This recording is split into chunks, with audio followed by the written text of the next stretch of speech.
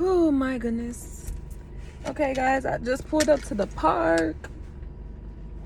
I got my blanket.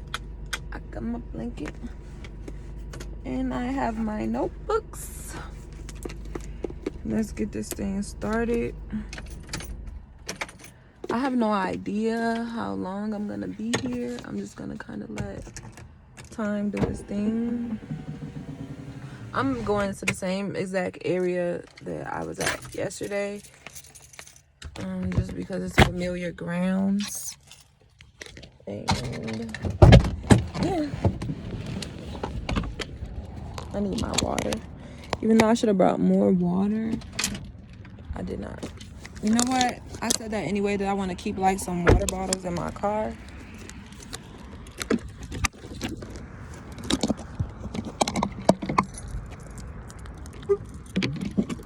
This is what my area looks like. Really cute, really comfortable. Oh, it's such a vibe out here. I'm so glad I brought the blanket because obviously the ground is a little bit wet. I actually might be able to sit at the bench again today.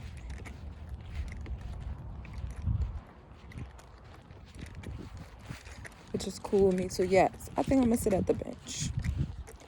So then I don't even have to. But I got on these knitted ass shoes and basically I can feel water through my feet right now. So I'm not even fucking with that, but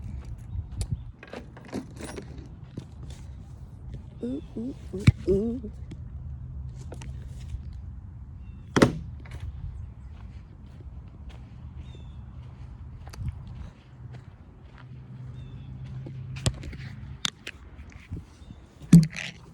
Whew. Yeah, I got on my big shirt and I don't need to look cute, even though I look cute. You see those locks locking. You see those locks, they locking. We are on our 8th month.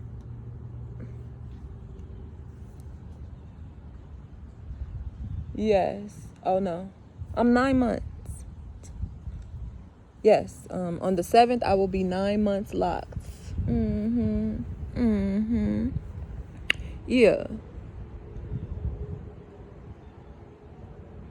Hold on. No, I'm really thinking about it. I got my locks February 7th. I'm 8 months. I did a little bit, but you know, I wrote down in my journal what last page. I know that's that girl that I had just seen walking past. I come in peace. I left at page 21. And bruh, I was so embarrassed in physical therapy because my fat ass was literally eating. I had brought like a granola bar just because I wanted to have something light. And I done dropped it between my legs. So I have fucking chocolate all over me. But, you know. We stopped on page 21. So I did not read this part. So we're gonna just jump right into it. Oh, no, because I did feel like I wanted to talk about something. But if I don't remember, because I don't know.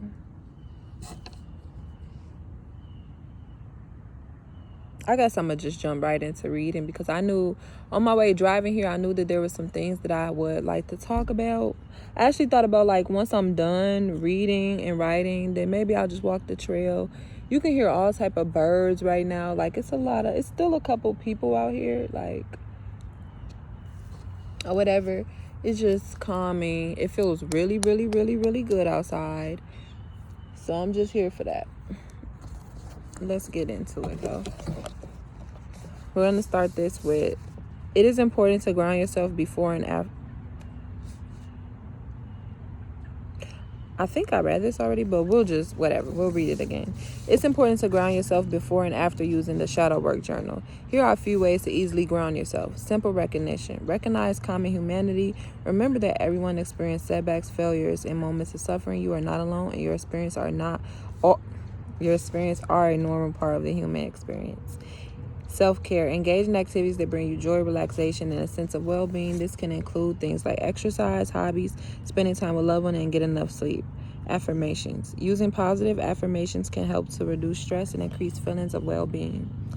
Sensory stimulation. Engage in our senses through activities such as walking in nature, smelling essential oils, or eating a nourishing meal can help to bring us into the present moment. Deep breathing. Taking slow, deep breaths can help to calm the mind and reduce stress.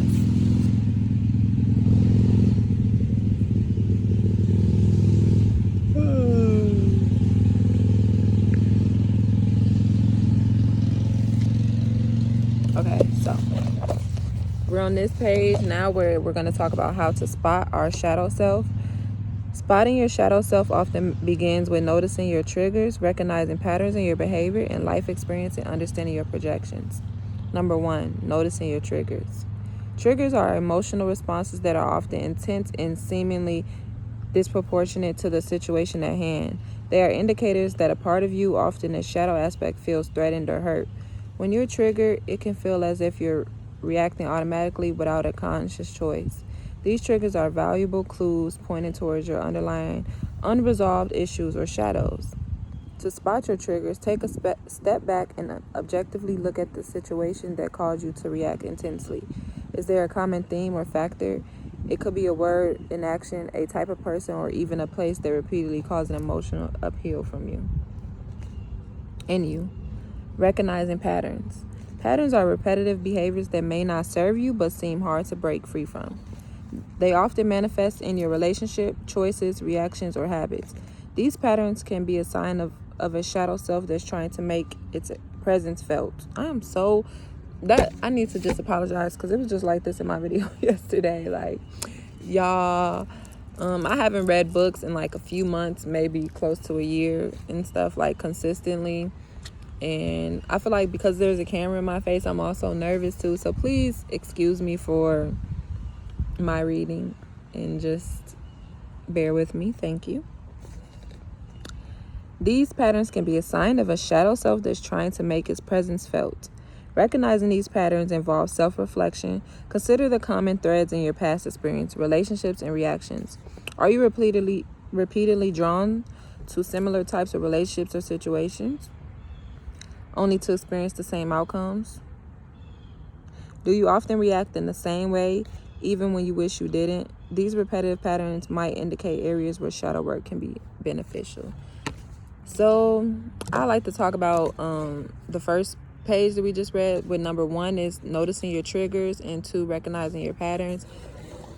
I'm definitely I feel like this is like a common trigger amongst people too. Is just like a trigger for me, because sometimes I just feel like, okay, I'm so mature about a situation, I'm so understanding. I feel like something that just really triggers me to like act out of my character is for a person to like go about a situation in a way that they didn't have to go. Like, I hate for things to just be blown out of proportion, or things to be like, let's say like this is like a relationship or something, and you decide that, you know what, you woke up one morning, you like, you know what, I ain't fucking with you no more. Okay, cool. And all throughout our relationship, maybe we have broken up a few times, and you were always able to like immaculate that to me. That's not even the word. You have always been able to like, tell me that, express that to me. And then this time, after all our understanding, you just say, you wake up ill, I'm just gonna treat this bitch like shit and just like fucking break up with her ass in the worst way possible, blah blah blah. That's gonna cause me to like just spiral the fuck out, like, and I'm gonna try my hardest to be unbothered and whatever, but that can literally cause a person to spiral out, because at all times we're used to speaking on things and expressing our feelings, but then at one time you decide to just go about it in a negative manner so that you make sure like we're solidified enemies at the end. Like, why does it have to be that way? That's something that's just gonna trigger me. Like, you cool? And recognizing my patterns, I recognize my patterns, like the type of relationships I get myself in, situations, the type of men that I attract, the type of men that I go after, because of course not every man that is attracted to me I'm going to engage in, but I definitely notice a pattern in the ones that I do engage in. But that's a different video for a different time, because I do want to talk about like how passionate I feel like my love language is, or the intensity that I crave in relationships, and what does that mean for me. So let's get back into this. Number 3, we have understanding projections. Projections are aspects of ourselves that we unconsciously place onto others. These can be qualities that we both admire and detest. When we have a strong emotional reaction to someone else's behavior or quality, it often signifies a disowned part of ourselves, a shadow aspect. To understand your projections, consider the characteristics in others that you find extremely irritating or conversely overly admire. Then ask yourself if these traits could be a part of yourself that you disowned or idealize. I'll definitely have to take that into consideration. This one right here, bro. This one right here. Number 4 is pay attention to dreams. Your dreams are a rich source of symbolism and unconscious vote. Try to recall and record your dreams upon waking up. I'm going to write that because I would like to do that. I need to do that because... Okay, let me just write this down first.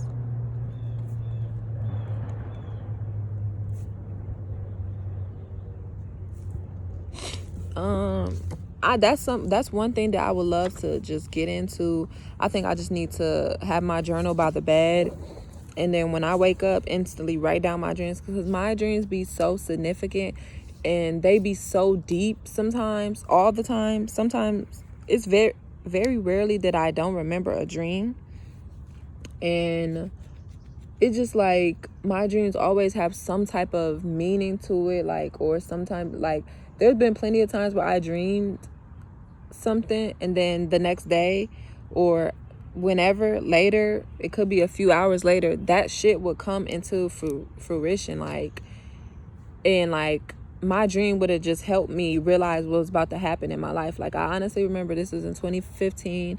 I was 17 and I was dating this guy or whatever, and like I just had a dream about like him cheating and him breaking my heart. And I remember that he went to work in the morning, and I was just I woke up out my dream. I was just so distraught and emotional, and I was telling him that I needed to talk to him and everything like that. And then I remember him having to work all day.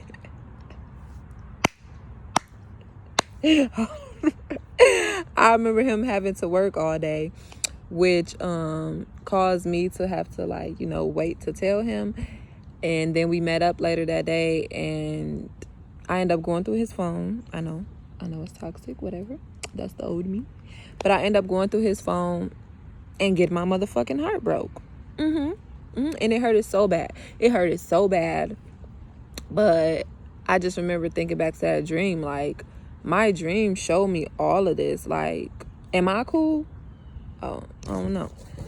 But yeah, so we gonna get into that, paying attention to our dream bag, because I feel like that could really be beneficial. Because my dreams, and it's like my dreams feel so real and lucid that it's like every time I go to sleep, I'm going to a whole nother reality. Like today, I had to get up for physical therapy. I almost didn't get up because I had a dream about my day. Like, so as I'm sleeping, still, you know, needing to get up and actually do my day, I'm having a dream right now about me fulfilling my day, like, and doing little shit. Maybe I got up and fixed the bed or something like that. I'm doing all of that in my dream. So when I woke up, I'm like, oh my God, like, let me get up.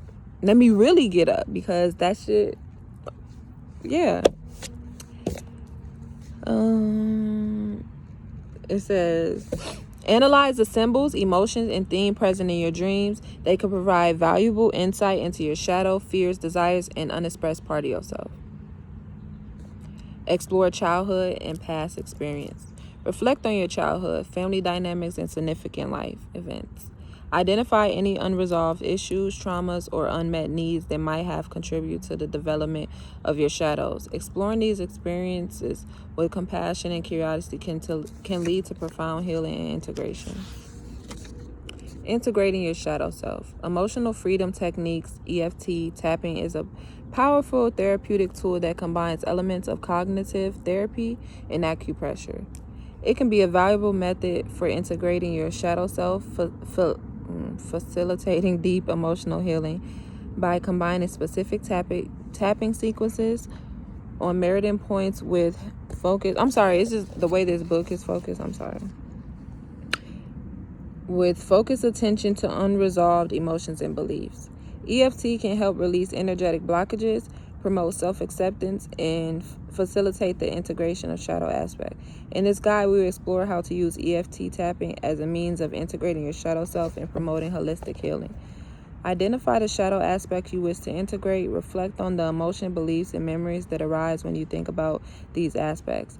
Learn the basic tapping points. Familiarize yourself with the basic tapping points used in EFT. These points include the top of the head, eyebrows, side of the eye, under the nose, chin, collarbone, and under the arm.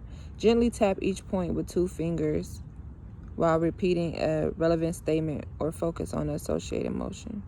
Another technique is to use inner child affirmations. Craft affirmations that specifically address the shadows you have identified.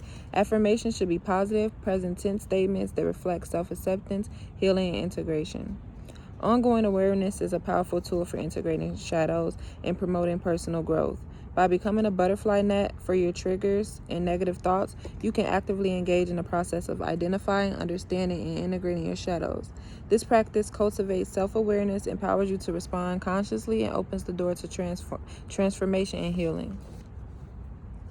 Emotional triggers. Shame.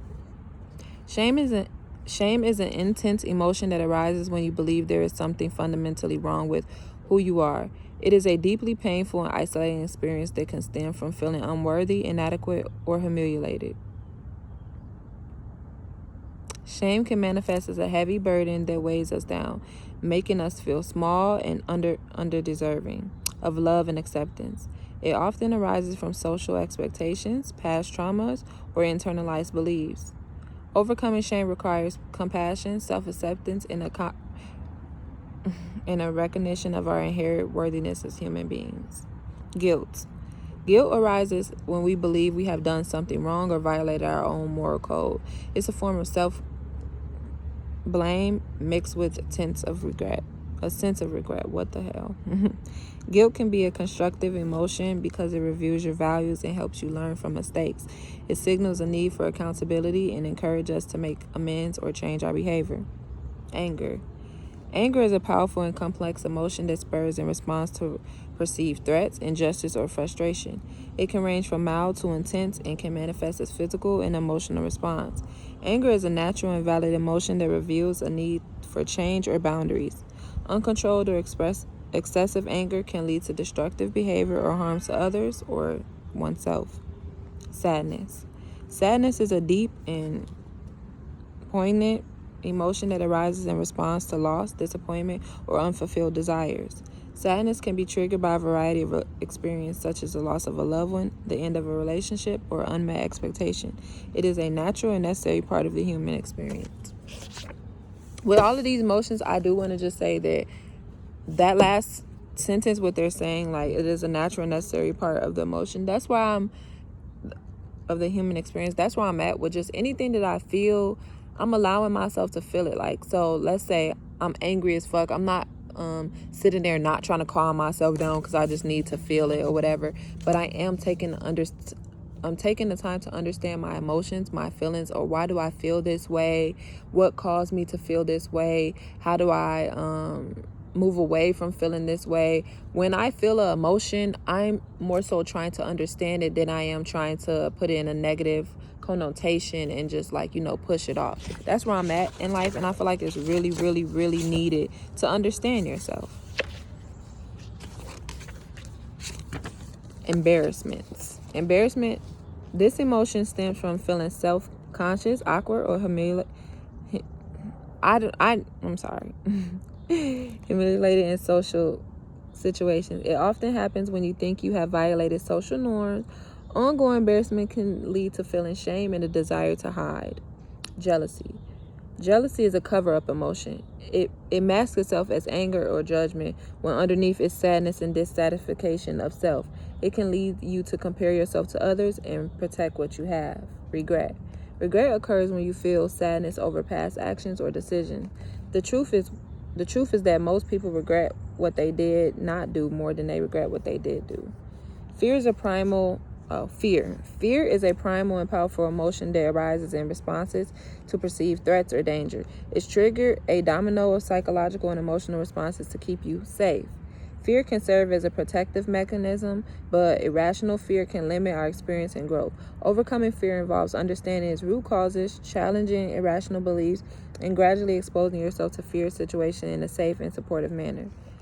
The journey of self-discovery requires the willingness to explore the depths of our shadows and the height of our potential.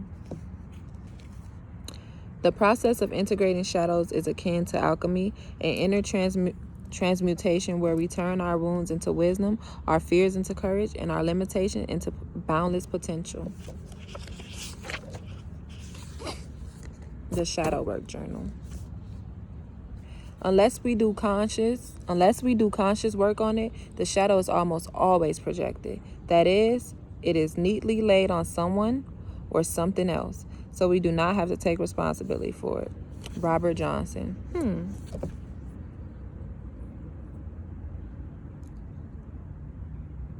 I really hope that wasn't a bug. Because what the hell? I really hope that wasn't a bug that I just rubbed all in my eye and shit.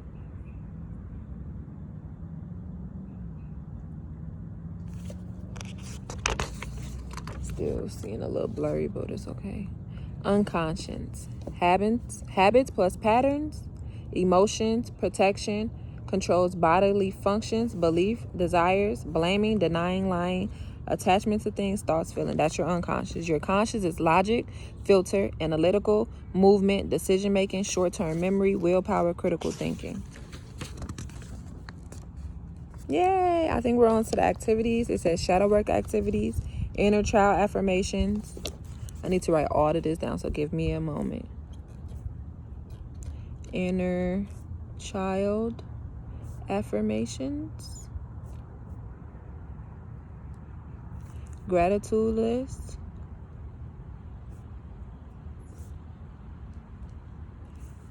EFT tapping.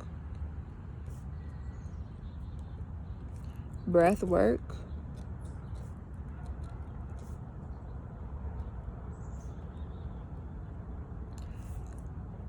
Visualization meditations.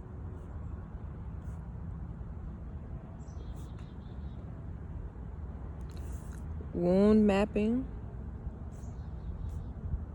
I'm literally reading all this and getting so excited. Mirror gazing.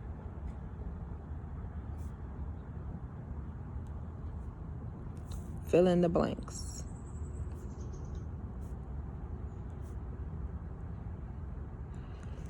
I think because I have a dry erase board at home, but it's more so like for activities, things that I need to do. I think I want to go get a giant dry erase board from Walmart to be putting some of this on there. Shadow work exercises. The process of training your mind to recognize your shadow can take time and effort. To help with this, it is recommended to set aside 5 to 10 minutes each week to engage in a shadow work activity. This will give you the opportunity to intentionally reflect on your relationships, reaction, and inner thoughts. It is important to remember that these exercises may cause discomfort or unease, but this is normal and a necessary part of the process. Use this chapter as a journal to document your findings and oh, is that a spider? I'm sorry. Use Use this chapter as a journal to document your findings and insights and to track your changes, growth, and of your shadow over time. You are encouraged to work through the shadow work activity at your own pace and in any order that suits you best. So our first exercise, we have wound mapping. The exercise: to identify your inner child wound, examine the attributes listed on the following page. The 4 main types of inner child wounds are abandonment, guilt, trust, and neglect. It is possible that one or more of these may resonate with your personal experience. Why? Being hurt or traumatized, particularly during childhood, can be deeply painful. This exercise aims to help you identify emotional wounds for your childhood that may still impact you today. These wounds often lead to negative behaviors, thought patterns that do not serve you well. By recognizing and understanding your inner child wounds, you can cultivate a greater sense of self-compassion and lay the foundation for a successful shadow work journey. So I guess we're going to read these out and see which one I identify with from my childhood. And then we can kind of talk through them.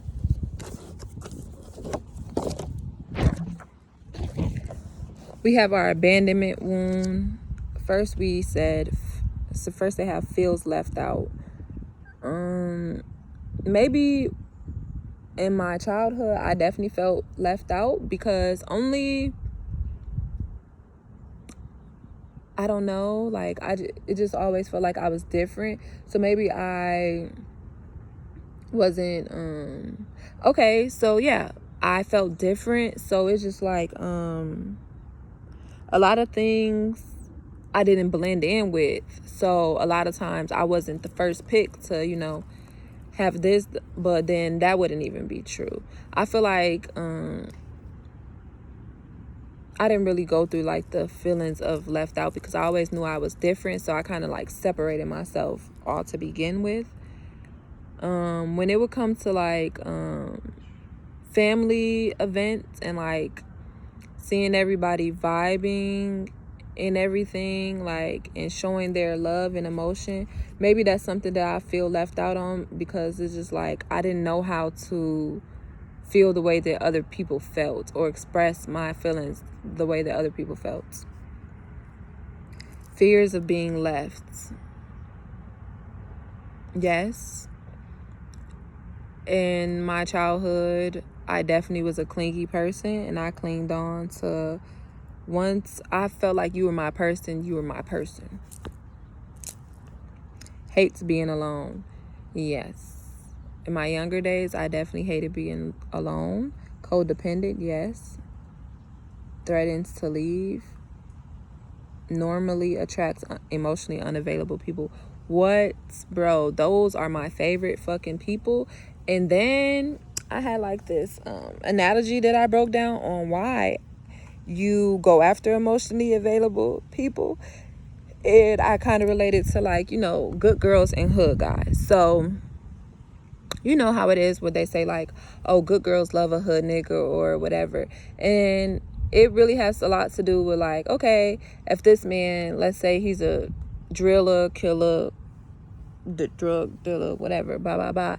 He, basically it's like an aspect of this man being so mean to the world and everything. Like he's and he hates the world, or he don't fuck with people, or he's so hard body and mean, but then he can turn around and be soft to me. We equated that with self-worth because it's just like, damn, if I can have somebody that's super mean and a damn near borderline, not all hood niggas, but for the most part, damn near borderline a fucked up human being, if I could have this person love me, then I'm raw, or I'm good. Like, I'm worth being loved if I can go after somebody who's harder to love and I can get them to love me.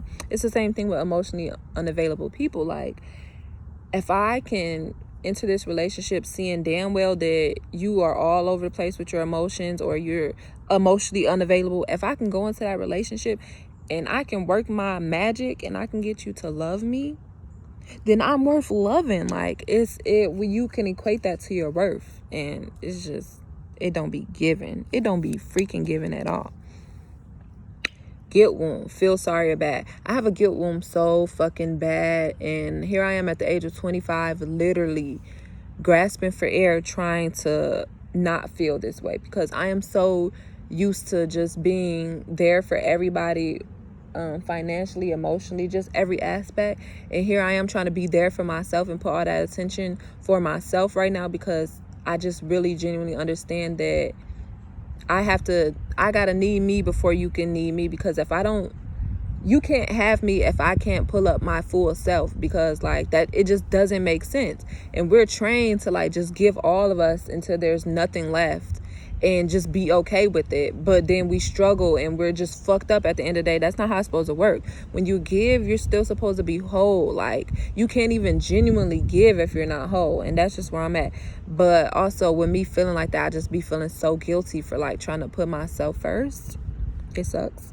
Doesn't like to ask for things. I'm kind of mixed between that or whatever, because like I'm at a healthy place in my life where I don't really have to ask much for people. But like I'm not.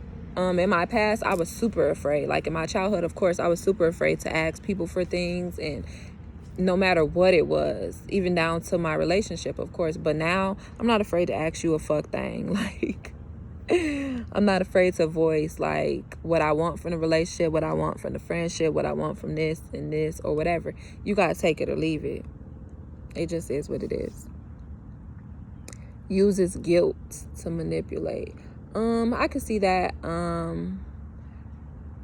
always see myself as like a good girl and stuff like that, which I know I am at heart, but I definitely have, I don't know where I got that shit from. Of course, it's some type of childhood shit like that, but I was really good at manipulating and learning how to have my way with people, but especially men.